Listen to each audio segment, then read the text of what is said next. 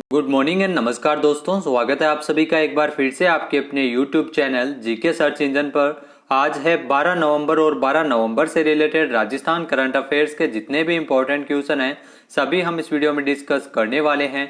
तो पूरा वीडियो बहुत ध्यान से देखना और वीडियो के एंड में मैं आपसे क्वेश्चन पूछूंगा जिसका आंसर आपको कमेंट बॉक्स में देना है।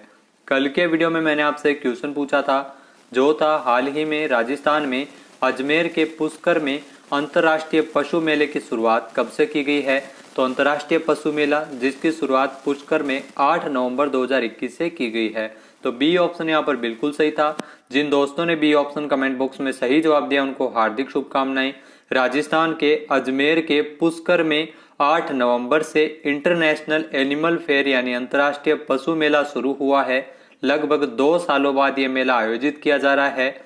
14 दिन तक इस मेले का आयोजन किया जाएगा जो 8 नवंबर से लेकर 21 नवंबर तक चलेगा।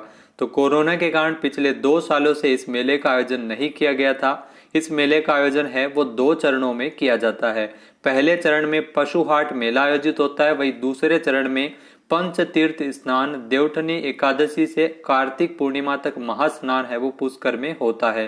तो मेले में बड़ी संख्या में देश और विदेश से दर्शक पहुंचते हैं, तीर्थयात्री पहुंचते हैं। पशु मेले में बड़ी संख्या में विदेशी भी शामिल होते हैं। तो अजमेर के पुष्कर में अंतर्राष्ट्रीय पशु मेला जो 8 नवंबर से शुरू हुआ है। चलिए स्टार्ट करते हैं आज के करंट अफेयर्स। पहला क्वेश्चन है राजस्थान के किस जिले में मानक उत्पादों तथा ग्राहक जागरूकता के लिए राजस्थान के पहले स्टैंडर्ड क्लब की शुरुआत की गई है। तो राजस्थान के पहले स्टैंडर्ड क्लब की शुरुआत की गई है जयपुर में। बी ऑप्शन यहाँ पर बिल्कुल सही है। आइए जानते हैं इंपॉर्टेंट फैक्ट्स। तो राजस्थान में मानक उत्पादों तथा ग्राहकों को जागरूकता के लिए भारतीय मानक ब्यूरो जयपुर शाखा कार्यालय प्रथम की ओर से राजस्थान में स्टैंडर्ड क्लब की शुरुआत है वो की गई है। तो मणिपाल यूनिवर्सिटी जयपुर में राजस्थान के पहले स्टैंडर्ड क्लब की शुरुआत है वो 11 नवंबर को की गई थी। वैश्विक गुणवत्ता दिवस के अवसर पर 11 नवंबर पर स्टूडेंट्स की जो सीधी भागीदारी से जुड़े इस क्लब को शुरू किया गया है। तो भारतीय मानकों के बारे में जागरूकता लाने तथा स्टैंडर्ड क्लब खोले जा रहे हैं और साथ ही साथ प्रदेश के सभी जिलों में प्रतिष्ठित शिक्षण संस्थानों में ऐसे ही क्लब खोले जाने का लक्ष्य है वो रखा गया है।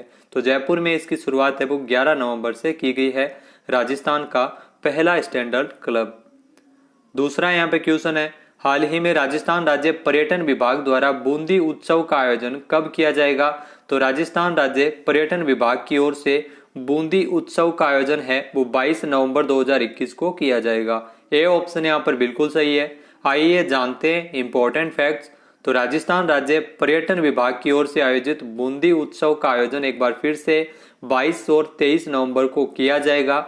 बूंदी जिले का अगर बात की जाए तो इसका नाम बूंदा सिंह मीणा के नाम पर पड़ा था। इस संबंध में जो बूंदी के जिला कलेक्टर रेणु जयपाल की अध्यक्षता में बैठक हुई थी और बूंदी उत्सव के आयोजन को लेकर निर्देश जारी किए गए थे। तो 22 और 23 नवंबर को बूंदी उत्सव का आयोजन राजस्थान राज्य पर्यटन विभाग की ओर से किया जाएगा।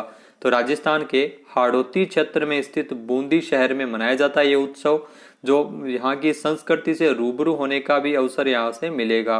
तो हर साल आपको बता दें कि नवंबर माह के अनुसार, जो हिंदू कैलेंडर के अनुसार नवंबर माह में कार्तिक माह में ये त्योहार है वो मनाया जाता है बूंदी उत्सव, जिसका आयोजन है वो किया जाता है। नेक्स्ट यहाँ पे क्वेश्चन है हाल ही में राजस्थान सरकार ने वस्त्र नगरी भीलवाड़ा में आर्ट गैलरी के निर्माण के लिए कितने करोड़ रुपए स्वीकृत किए गए हैं। तो वस्त्र नगरी भीलवाड़ा जो आपको पता है 7 करोड़ रुपए यहाँ पर आर्ट गैलरी के निर्माण के लिए स्वीकृत हुए हैं। तो बी ऑप्शन यहाँ पर बिल्कुल सही है। आइए जानते हैं इंपॉर्टेंट फैक्ट्स। तो राजस्थान सरकार की ओर से वस्त्र नगरी भीलवाड़ा में आर्ट गैलरी के निर्माण के लिए 7 करोड़ रुपए है वो स्वीकृत किए गए हैं। आपको बता दें कि फड़ पेंटिंग में खास पहचान रखने वाले भीलवाड़ा के कलाकारों के लिए श्रेष्ठ मंच साबित हो सकता है। G+3 अपार्टमेंट में ये गैलरी बनाई जाएगी। यह कि जो आर्ट गैलरी है वो 2 मंजिलों तक अतिरिक्त निर्माण इसमें प्रस्तावित है। वस्त्र नगरी भीलवाड़ा के कलाकार तथा कला प्रेमी लंबे समय से इस आर्ट गैलरी की स्थापना की मांग करते आ रहे थे। तो भीलवाड़ा में 7 करोड़ रुपए की लागत से आर्ट गैलरी का निर्माण किया जाएगा। नेक्स्ट यहाँ पे क्वेश्चन है हाल ही में राजस्थान में मुख्यमंत्री अशोक गहलोत ने जल जीवन मिशन के तहत कितने करोड़ रुपए की वित्तीय स्वीकृति प्रदान की है? तो मुख्यमंत्री अशोक गहलोत द्वारा 695.40 करोड़ रुपए की वित्तीय स्वीकृति जल जीवन मिशन के तहत प्रदान की है। तो बी ऑप्शन यहाँ पर बिल्कुल सही है। आइए जानते हैं इंपॉर्टेंट फैक्ट्स। तो सीएम अशोक गहलोत द्वारा जल जीवन मिशन के तहत 49 जल आपूर्ति परियोजनाओं के लिए लगभग 695.40 करोड़ रुपए की वित्तीय स्वीकृति प्रस्तावों को मंजूरी प्रदान की गई है। तो जल जीवन मिशन की अगर बात की जाए तो इसकी शुरुआत प्रधानमंत्री नरेंद्र मोदी जी द्वारा स्वतंत्रता दिवस के उपलक्ष्य में 15 अगस्त सन 2019 को की गई थी। तो जल जीवन मिशन जो स्कीम है जो सरकार की ओर से केंद्र सरकार द्वारा 3.60 लाख करोड़ रुपए का बजट देने का इसमें प्रावधान किया गया है और इस स्कीम के माध्यम से 6 करोड़ घरों में जो नल से जल है वो उपलब्ध करवाया जाएगा। नेक्स्ट यहाँ पे क्वेश्चन है, हाल ही में राजस्थान के देबारी उदयपुर में 65वीं राज्य स्तरीय प्रतियोगिता का शुभारंभ कब किया गया है? तो राजस्थान के देबारी उदयपुर में 65वीं राज्य स्तरीय फुटबॉल प्रतियोगिता, जी हाँ फुटबॉल प्रतियोगिता का शुभारंभ 9 नवंबर 2021 को किया गया है। तो बी ऑप्शन यहाँ पर बिल्कुल सही है। आइए जानते हैं इंपॉर्टेंट फैक्ट्स। तो देबारी उदयपुर में हिंदुस्तान जिंक के सहयोग से 6 दिवसीय अंडर 17 और अंडर 19 राज्य स्तरीय फुटबॉल टूर्नामेंट का शुभारंभ 9 नवंबर को किया गया था। 6 दिवसीय देबारी उदयपुर में हिंदुस्तान जिंक के सहयोग से। तो 9 नवंबर को देबारी में स्थित खेल मैदान पर इस प्रतियोगिता की शुरुआत की गई थी। इस 65वीं राज्य स्तरीय प्रतियोगिता में प्रदेश भर की कुल 75 टीमें भाग ले रही है। अगला यहाँ पे क्वेश्चन है, हाल ही में शिक्षा के क्षेत्र में वैश्विक जो संस्था अग्रणी विली ने राजस्थान के किस शिक्षण संस्थान के साथ एक समझौता ज्ञापन पर हस्ताक्षर किया है, एमओयू पर हस्ताक्षर किए हैं? तो आईआईटी जोधपुर और विली के मध्य एक एमओयू पर हस्ताक्षर किए गए हैं। तो बी ऑप्शन यहाँ पर बिल्कुल सही है। आइए जानते हैं इंपॉर्टेंट फैक्ट्स। तो विली की ओर से आईआईटी जोधपुर के साथ एक समझौता किया गया है। अनुसंधान और शिक्षा के क्षेत्र में अग्रणी विली ने भारतीय प्रौद्योगिकी संस्थान जोधपुर के साथ एक एमओयू पर हस्ताक्षर किए हैं। इसका मुख्य उद्देश्य उद्योग 4.0 पाठ्यक्रमों और प्रमाण पत्रों को विकसित करना और पेश करना है। ब्रांड विली जो उद्योग प्रासंगिक 21वीं सदी की कौशल में दक्षता विकसित करने के लिए आईआईटी जोधपुर के साथ आई हब दृष्टि फाउंडेशन के साथ भी यह सहयोग है वो करेगी। नेक्स्ट यहाँ पे क्वेश्चन है, हाल ही में राजस्थान का पहला ड्यूएशन मस्कुलर डिस्ट्रोफी सेंटर कहाँ स्थापित किया गया है? तो राजस्थान का जो पहला ड्यूएशन मस्कुलर डिस्ट्रोफी सेंटर जो जोधपुर में स्थापित किया गया है। तो ए ऑप्शन यहाँ पर बिल्कुल सही है। आइए जानते हैं इंपॉर्टेंट फैक्ट्स। तो आईआईटी जोधपुर में राजस्थान का पहला ड्यूएशन मस्कुलर डिस्ट्रोफी सेंटर की स्थापना की गई है।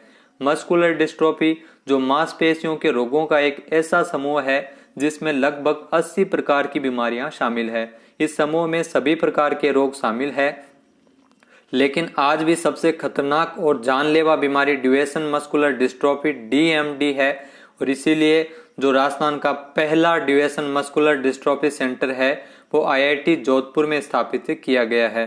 अगर इस बीमारी का समय रहते इलाज न किया जाए तो ज्यादातर बच्चों में यह बीमारी होती है। 11 से लेकर 21 वर्ष तक आयु के मध्य होती है और इसमें जान भी जा सकती है।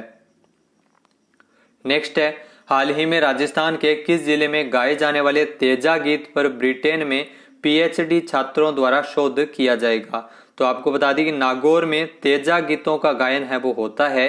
तो यहाँ पर जो ब्रिटेन में पीएचडी करने वाले छात्रों द्वारा शोध किया जाएगा। तो बी ऑप्शन यहाँ पर बिल्कुल सही है। आइए जानते हैं इंपॉर्टेंट फैक्ट्स।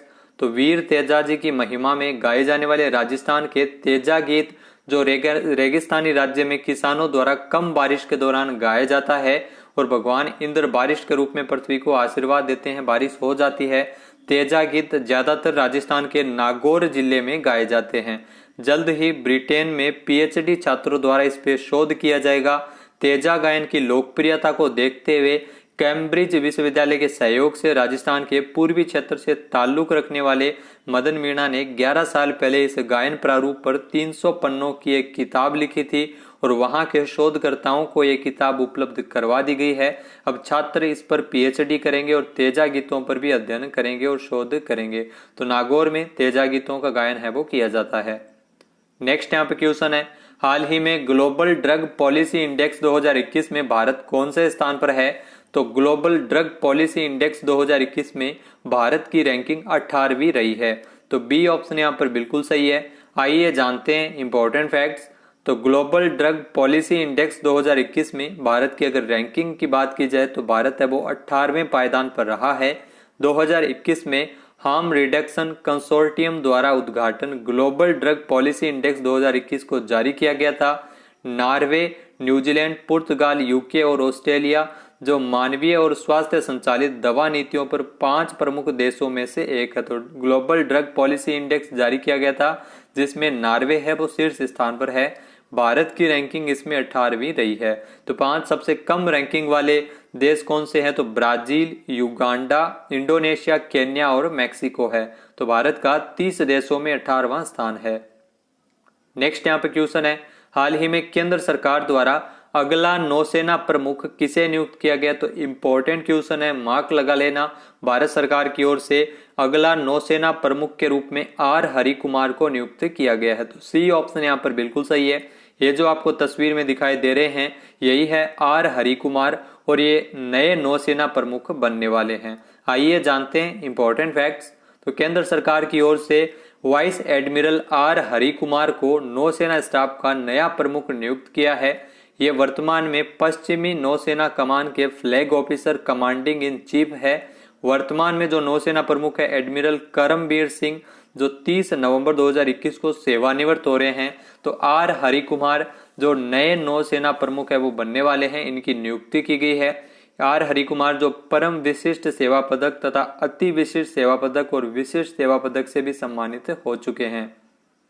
बात कर लेते हैं आज के हमारे क्विज की। तो आज का हमारा क्विज है, हाल ही में राजस्थान के किस जिले में 200 करोड़ रुपए की लागत से Rajiv Gandhi centre of advance technology की स्थापना की जाएगी? तो 200 करोड़ रुपए की लागत से राजस्थान के किस जिले में Rajiv Gandhi centre of advance technology की स्थापना की जाएगी? इसका सही आंसर आपको कमेंट बॉक्स में देना है। और अगर ये वीडियो आपको पसंद आए तो इसे लाइक और शेयर जरूर करना, साथ ही साथ हमारे चैनल को भी जरूर सब्सक्राइब करें। वीडियो की जो पीडीएफ फाइल है वो आप वीडियो के डिस्क्रिप्शन बॉक्स से डाउनलोड कर सकते हैं और एक क्वेश्चन का आंसर आप वोट करके भी कर सकते हैं। वीडियो देखने के लिए धन्यवाद। जय हिंद, जय भारत, जय राजस्थान।